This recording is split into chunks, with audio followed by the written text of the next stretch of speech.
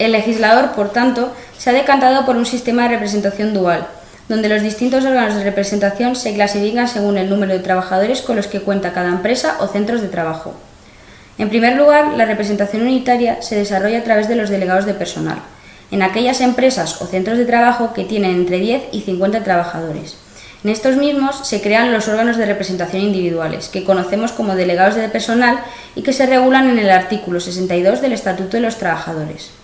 Se trata de lo que podemos denominar como representación obligatoria, puesto que en caso de que se den las circunstancias de la norma, se deberá constituir dicha figura, sin que pueda regularse lo contrario por pacto o por decisión de terceros. El número de delegados se elige por sufragio personal, libre, directo y secreto, y se determina según estas cuantías.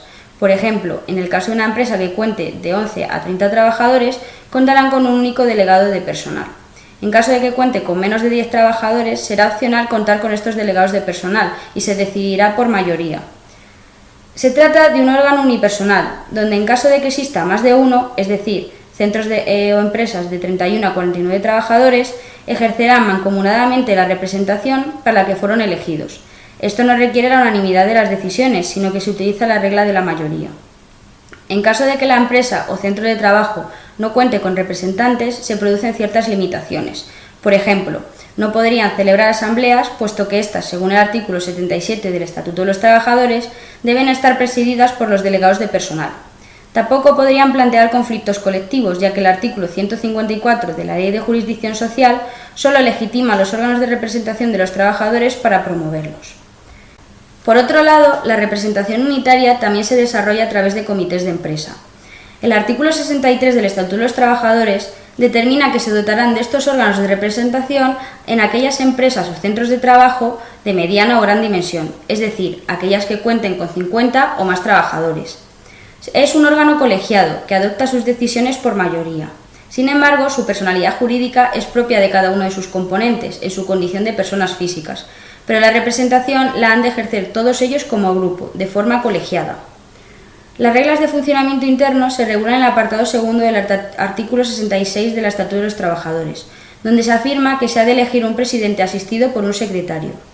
Por otro lado, el apartado tercero del artículo 67 del Estatuto de los Trabajadores determina que el mandato de los miembros de los comités de empresa es de 4 años, pudiendo ser elegidos en sucesivos periodos electorales y entendiéndose prorrogado el mandato si, llegado a su término, no se hubiesen promovido nuevas elecciones de representantes. Por otro lado, el Estatuto de los Trabajadores determina que en aquellas empresas o centros que cuenten con este comité de empresa, el número de miembros del mismo seguiría esta escala. En la representación unitaria también podemos distinguir otras figuras. En primer lugar, el apartado segundo del artículo 63 del Estatuto de los Trabajadores distingue lo que conocemos como comité de empresa conjunto. Conocemos que la unidad organizativa típica de los representantes unitarios de los trabajadores es el centro de trabajo, con el único matiz de que este comité de empresa conjunto quede implantado en la empresa en la cual se dé uno de estos dos supuestos. El primer supuesto es aquel en que, si la empresa cuenta con 2 o más centros de trabajo en la misma provincia o municipios limítrofes que no alcanzan por sí mismos 50 trabajadores para constituir comité de empresa, pero que en su conjunto lo suman, se ha de crear un comité de empresa conjunto. Si no están en la misma provincia o municipios limítrofes, cada uno del mismo tendrá delegados de personal. El supuesto segundo considera que si en una empresa unos centros de trabajo cuentan con 50 o más trabajadores y otros no los alcanzan por sí mismos, los primeros tendrán comités de empresa propios y con los segundos se formará un comité de empresa conjunto. Cuando se dan las circunstancias de la norma, es obligatoria su constitución, al contrario que el comité intercentro que ahora pasaremos a explicar, en el cual no es obligatorio su creación, sino que se crea según convenio. Por otro lado, el comité intercentros, que está regulado en el apartado tercero del artículo 63 del Estatuto de los Trabajadores, permite al convenio colectivo diseñar un comité intercentros con un máximo de 13 miembros que serán designados entre los componentes de los distintos comités de centro, respetando en su constitución la proporcionalidad de los sindicatos según los resultados electorales considerados globalmente. El concepto básico es, por tanto, considerar que se trata de un órgano que representa al conjunto de comités de centros de trabajo de aquellas empresas que cuenten con varios centros. Se diferencia del comité de empresa puesto que este último tiene un radio de acción limitado. De igual manera, el Comité Intercentros se diferencia del sindicato de empresa o de las secciones sindicales al ser un órgano de representación unitaria y no sindical. Su formación es voluntaria por convenio colectivo y al ser un órgano colegiado, las decisiones se toman por mayoría. Finalmente, otras dos figuras que se integran en la representación unitaria serían los delegados de prevención y el Comité de Empresa Europeo. El segundo tipo de representación de los trabajadores es la denominada como sindical. Dentro de esta representación podemos distinguir las secciones sindicales, que están formadas por el conjunto de trabajadores o de funcionarios de un centro de trabajo o de una empresa afiliados a un mismo sindicato. Ellos son los únicos titulares del derecho a constituirlas. Para poder constituir secciones sindicales, el sindicato ha de tener personalidad jurídica y plena capacidad de obrar.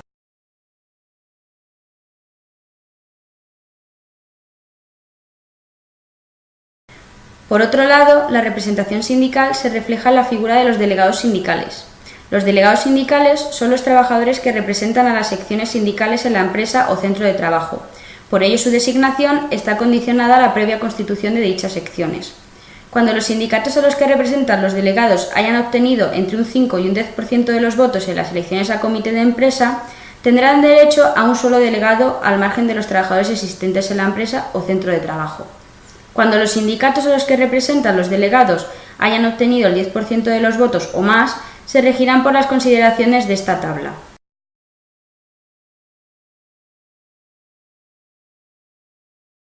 Por la ley puede ampliarse por medio de un acuerdo específico o a través de la negociación colectiva, por lo que la escala legal de esta tabla tiene el carácter de mínimo. Para que las secciones sindicales estén representadas legalmente por delegados sindicales, es preciso que se den los siguientes requisitos. En primer lugar, que en los centros de trabajo o en las empresas que se pretendan constituir los delegados se ocupen más de 250 trabajadores, cualquiera que sea la clase de su contrato. Son, en el segundo supuesto, que las secciones tengan algún representante en el comité de empresa. Así, si el sindicato no tiene presencia en uno u otro órgano, no puede reconocerse el derecho a ser delegado sindical. Finalmente, el requisito es que sean elegidos por y entre los afiliados al sindicato en esa empresa o centro de trabajo. No pueden ser elegidos por el propio sindicato.